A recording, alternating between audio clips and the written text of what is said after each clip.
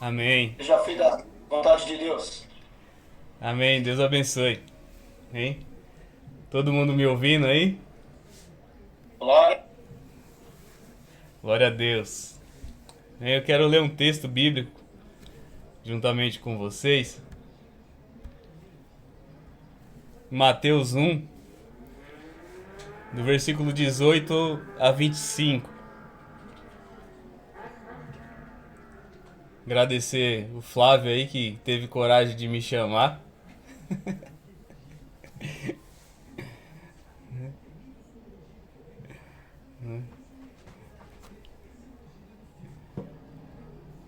Louvo a Deus pela vida de cada um aqui ainda, mesmo em meio a tudo isso, continua louvando e adorando o nome do nosso Deus. E vamos ler? Na verdade eu vou ler, vocês acompanham aí. A minha tradução é um pouco diferente, tá? Eu vou ler na tradução NVI. Diz assim: Foi assim o nascimento de Jesus Cristo. Maria, sua mãe, estava prometida em casamento a José. Mas antes que se unissem, achou-se grávida pelo Espírito Santo. Por ser José, seu marido, um homem justo, e não querendo expô-la à desonra pública, pretendia anular o casamento secretamente. Mas, depois de ter pensado nisso, apareceu-lhe o anjo do Senhor em sonho e disse: José, filho de Davi, não tema receber Maria como sua esposa, pois o que nela foi gerado procede do Espírito Santo. Ela dará à luz um filho, e você deverá dar-lhe o nome de Jesus, porque ele salvará o seu povo dos seus pecados. Tudo isso aconteceu para que se cumprisse o que o Senhor dissera pelo profeta: A virgem ficará grávida e dará à luz um filho, e chamarão Emanuel, que significa Deus conosco. Ao acordar, José fez o que o anjo do Senhor lhe tinha ordenado e recebeu Maria como sua esposa. Mas não teve relações com ela enquanto ela não deu à luz um filho, e lhe pôs o nome de Jesus. Amém?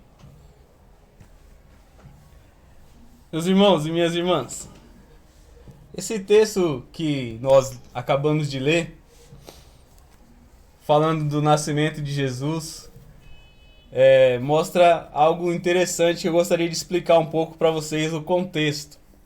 José estava noivo de Maria e o noivado era algo muito sério na época.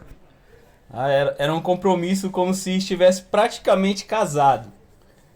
A diferença é que eles não tinham contato íntimo, não tinham relações sexuais. Tá? Segundo alguns estudiosos, Maria tinha entre 12 a 16 anos e José entre 18 e 20 anos. Tá? Porque os rabinos tinham essa idade como uma idade boa para se casar. Tá?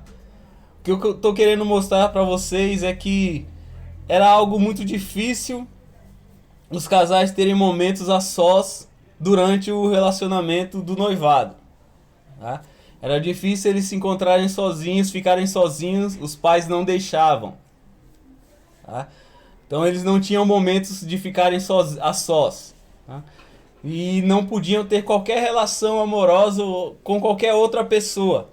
Se tivesse relação amorosa com qualquer outra pessoa que não fosse aquele que ele estava prometido, isso era considerado adultério e era punido como adultério segundo a lei de Moisés. Tá? Então, a punição era a mesma para quem já estava casado. Tá? Então, para interromper o noivado, era preciso pedir carta de divórcio. Tá? Então, quando estava noivo, para interromper esse noivado, precisava se pedir carta de divórcio. De tão importante que era essa relação de noivado na época que nós estamos falando aqui. Tá? Agora imagina como foi para José chegar até Maria e descobrir que ela estava grávida, sendo comprometida com ele, tá? Sendo comprometida com ele e não podendo ter intimidade nenhuma com ele, aí agora aparece grávida. Imagina como que foi para José receber essa notícia, sendo que eles não tinham esse contato físico, não tinham esse contato íntimo.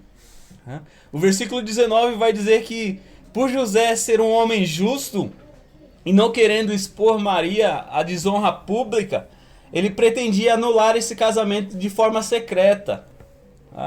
José sabia que Maria poderia sofrer punição. José sabia que Maria poderia sofrer a punição que a lei determinava. Por isso ele não queria expor ela, não queria expô-la publicamente.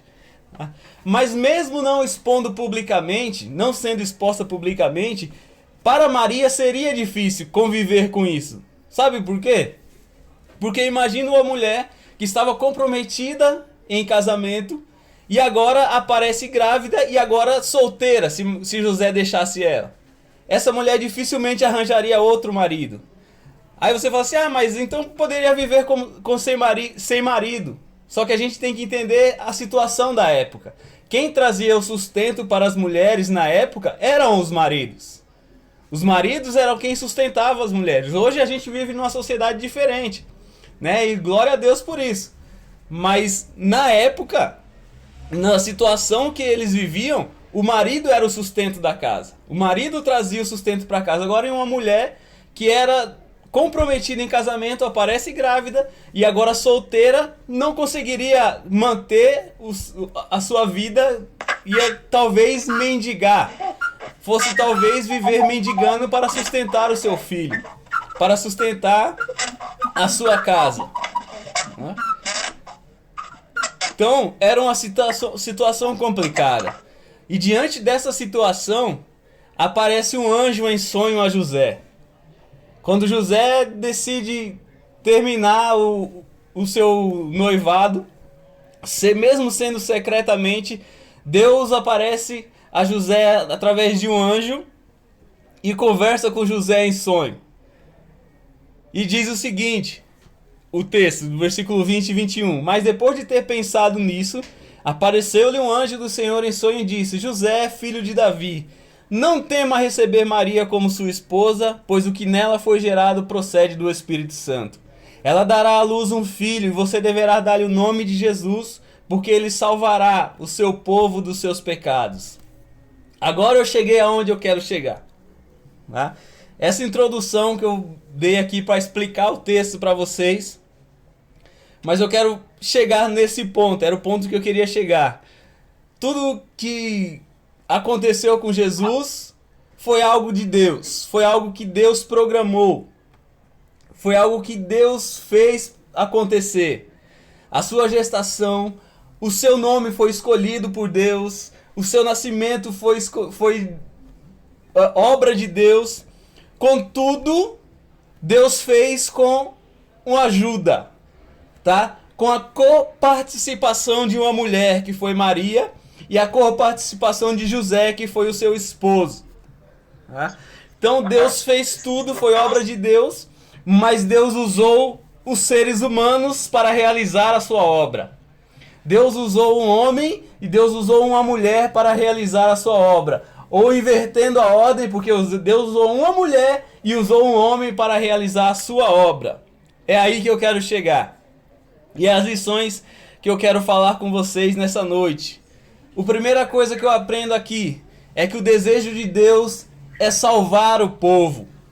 O versículo 21 diz que o anjo, ele fala para José, ela dará à luz um filho, e você deverá dar-lhe o nome de Jesus, porque ele salvará o seu povo dos seus pecados. O nome de Jesus é a forma grega de Josué, que significa o Senhor salva. O nome de Jesus significa o Senhor salva. O nome Jesus significa o Senhor salva. Em meio a tudo isso que nós estamos vivendo, em meio a tantas coisas que o povo vem sofrendo, tanto fisicamente quanto psicologicamente, devemos ser luz para essas pessoas ao nosso derredor. Da mesma forma que Deus fez vir Jesus para a terra, fez Jesus ser gerado de uma mulher ao mundo, e nascer como uma criança, mas usou uma mulher para isso. Nós, como igreja do Senhor, devemos ser aqueles que vamos ser os instrumentos de Deus para fazer com que Jesus nasça nos corações das pessoas. Nós devemos ser aquelas pessoas que devemos ser usadas por Deus para que Jesus nasça nos corações daqueles que estão aflitos, naqueles que estão angustiados, naqueles que estão em momentos de turbulência nessa pandemia. Nós, como igreja do Senhor, devemos fazer a diferença. Nós devemos fazer a diferença sendo aqueles que têm palavras de ânimo, aqueles que têm palavra de esperança para aqueles que estão aflitos e angustiados em meio a toda essa tormenta que o mundo está passando. Em tempo de pandemia, a igreja precisa aprender a liderar em meio à crise. Isso é o que o meu pastor Rodrigo Soeiro sempre fala. A igreja tem que aprender a liderar em meio à crise. E quando eu falo em liderar, eu não estou falando daquele negócio de a igreja ser cabeça e não ser cauda. Não estou falando disso. Eu estou falando de ser uma voz que clama no deserto dos corações. De ser uma voz que está clamando em meio àqueles que estão sedentos da palavra. E ser uma voz em meio àqueles que estão com corações ardendo por uma palavra de ânimo, por uma palavra de esperança. Nós, como igreja do Senhor, precisamos ser essa voz ativa em meio a essa pandemia. Precisamos ser essa voz que estamos liderando. Não devemos ter palavras de derrota, mas ter palavras de ânimo, porque Jesus veio para salvar a humanidade. Jesus veio para trazer salvação. O texto diz aqui que Jesus foi aquele que nasceu para libertar o povo, para salvar o povo dos seus pecados. Nós temos que ser essa palavra, essa palavra de ânimo que traz com que Jesus, que faz com que Jesus nasça a cada dia em corações novos, em pessoas novas. Aquele que transforma, aquele que liberta de todo o pecado, independente do pecado, seja o mais vil pecador, seja o mais vil, aquele que ninguém dá nada, aquele que está às margens da sociedade. Jesus é aquele que vai lá e liberta e que traz para a luz, que traz para a vida, e traz vida, e vida em abundância para cada um deles. Nós devemos ser essa voz de alento, essa voz de que clama em meio à tempestade.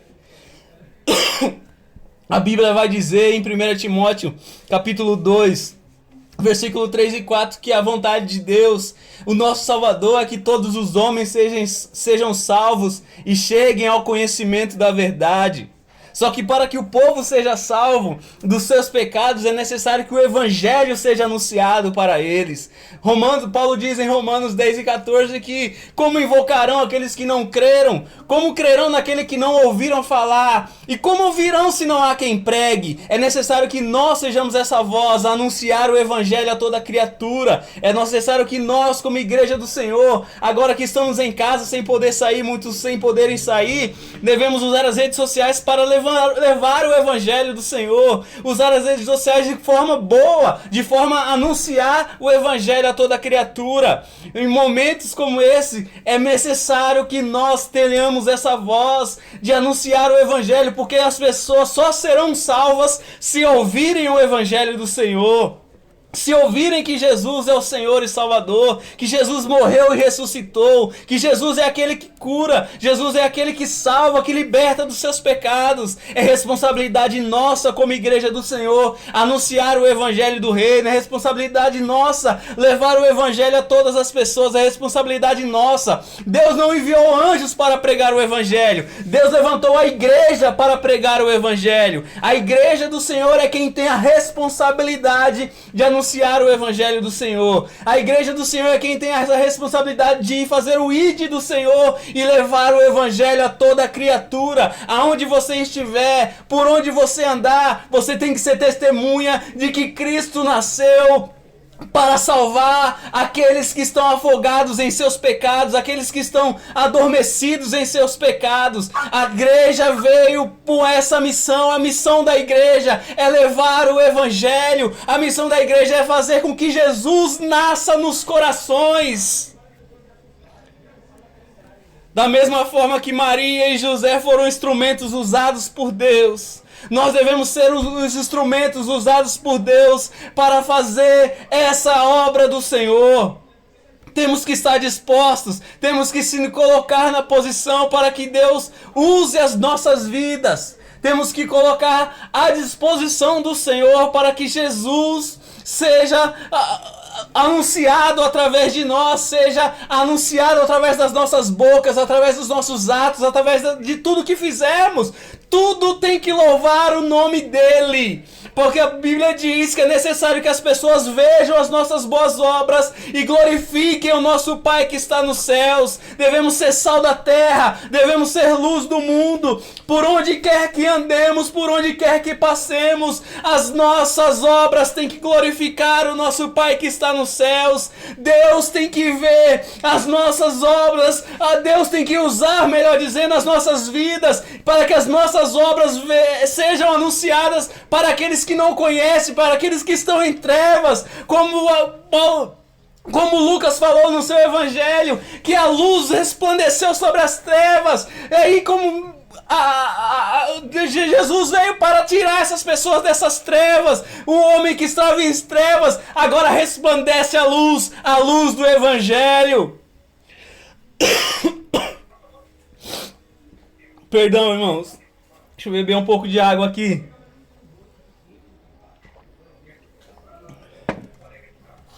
É necessário que nós, como igreja do Senhor, não fiquemos parados em meio a essa pandemia. A pandemia, eu ouvi essa frase hoje da minha pastora, a pastora Tati Soeiro, no culto da nossa igreja hoje de manhã. E ela falou que o vírus, a pandemia, ela não pode ditar o tamanho do nosso Deus. O nosso Deus não é diminuído por causa de uma pandemia. O tamanho do nosso Deus não é diminuído por causa de um vírus. O nosso Deus continua sendo o grande Deus todo-poderoso, Criador de todas as coisas. Ele continua sendo soberano sobre todas as coisas. Deus continua sendo Deus todo-poderoso e eu louvo a Deus por isso. Segunda coisa que eu quero falar desse texto é só esses dois tópicos. A primeira é que Deus quer salvar todo o povo. A segunda é que Deus não abandona o povo. Mateus ele cita Isaías capítulo 7, versículo 14 no texto que nós lemos, dizendo que tudo isso aconteceu para que se cumprisse o que o Senhor dissera pelo profeta. A virgem ficará grávida e dará à luz um filho, e o chamarão Emanuel, que significa Deus conosco. Podemos passar por várias tribulações, podemos passar por várias dificuldades, mas é Deus que está conosco. Deus, ele sempre estará conosco. Não importa a dificuldade, não importa o problema, não importa a situação, não importa se o Covid está aí, não importa se virá outro ou se não virá outro, Deus permanecerá conosco. Deus nunca irá abandonar, Deus nunca irá se afastar, Deus nunca irá virar as costas. Deus sempre está presente, Deus nunca nos abandona. Isaías diz no capítulo 49, versículo 15, que mesmo que uma mãe, ela que amamenta o seu bebê, ela possa vir a se esquecer do seu filho, embora isso seja difícil de acontecer, Deus fala que ele jamais se esquecerá. Mesmo que uma mãe seja capaz de esquecer o seu filho que está amamentando, Deus jamais se esquecerá dos seus filhos. Deus jamais se esquecerá de mim, de você, de cada um de nós. Sabe por quê? Salmo 46 diz que Deus é o nosso refúgio, é a nossa fortaleza, é o nosso socorro bem presente na angústia, e por isso nós não temeremos. Nós não tememos porque Deus está conosco. Por onde quer que passemos, por onde quer que andemos, Deus permanece conosco. Deus permanece na nossa vida. Deus não nos abandona. Deus continua caminhando juntamente com nós. Mas agora eu quero falar o seguinte. Tem um porém aí. Nós, como eu falei no início, como é bom que a igreja está se reunindo como igreja, mesmo através da internet, se reunindo para cultuar o nome do nosso Deus. Mas tem uma coisinha que eu preciso falar. Deus, ele nunca abandona. Nós é que muitas vezes esquecemos do nosso Deus. Nós é que muitas vezes deixamos Deus de lado. Isaías vem dizer no capítulo 59 que são os nossos pecados, são as nossas iniquidades que fazem divisão entre nós e o nosso Deus. Muitas vezes nós sentimos Deus distante, mas não é Deus que está distante. É nós, algumas vezes, que nós não queremos Deus por perto. Mas como que pode, Alex, o crente não querer Deus por perto? Tem momentos que nós... Só um minuto. Tem momentos que nós queremos fazer o nosso querer. Tem momentos que nós queremos andar segundo a nossa vontade. E quando nós não estamos dispostos a fazer a vontade do Senhor e queremos fazer a nossa vontade, queremos fazer o nosso querer, o que estamos dizendo para Deus é o seguinte: eu não preciso de você agora. Eu não preciso de você nesse momento. Agora sou eu. Agora é a minha vontade. Agora é o meu querer.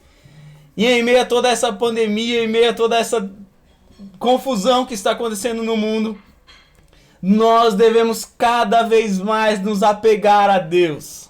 Nos apegar, porque da mesma forma que Ele não nos abandona, nós não podemos, em momento algum da nossa vida, abandoná-lo, deixá-lo para querer fazer o nosso querer e a nossa vontade.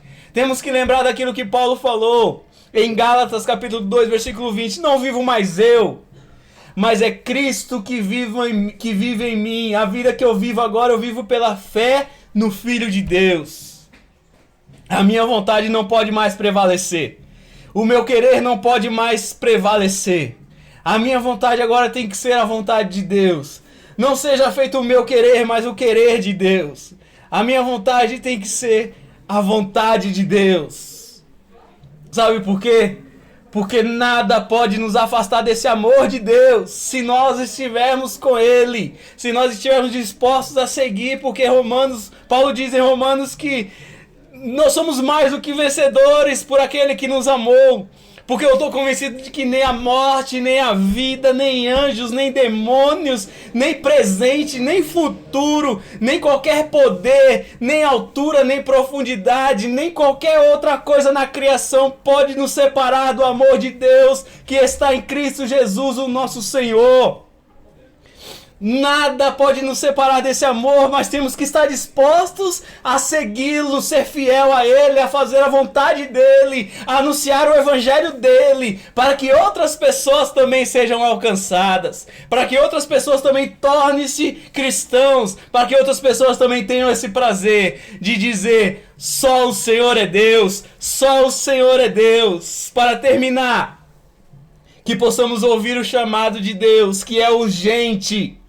E é para todos o chamado de Deus, não é para alguns, não é para alguns eleitos, é para todos o chamado de Deus. E dizer como Isaías, quando ele teve a visão do trono do Senhor, e quando o Senhor estava querendo enviar alguém, ele fala assim: eis-me aqui, envia-me a mim. Que nós estejamos dispostos a ir e pregar o Evangelho, que nós estejamos dispostos a anunciar esse Evangelho do reino, a abrir mão do nosso querer, a abrir mão da nossa vontade, olhar as necessidades alheias como se fossem as nossas. Assim, nós deixaremos Deus trabalhar na nossa vida. Nós deixaremos Deus usar as nossas vidas para que Jesus Cristo nasça também em outros corações, em outras vidas, para que nós sejamos instrumentos de boas novas e não de derrotas. Boas novas, Evangelho significa boas novas. Que nós sejamos esses anunciadores de boas novas. Que nós sejamos esses anunciadores de que Jesus Cristo veio para salvar a humanidade dos seus pecados, para livrar a humanidade do tormento eterno e dar a elas uma vida eterna de alegria com Cristo, reinando eternamente com Cristo nos céus.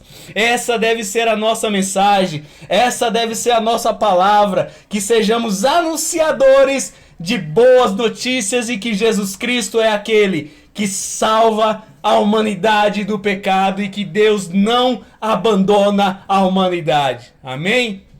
Que Deus em Cristo continue a abençoar a vida de vocês. Amém?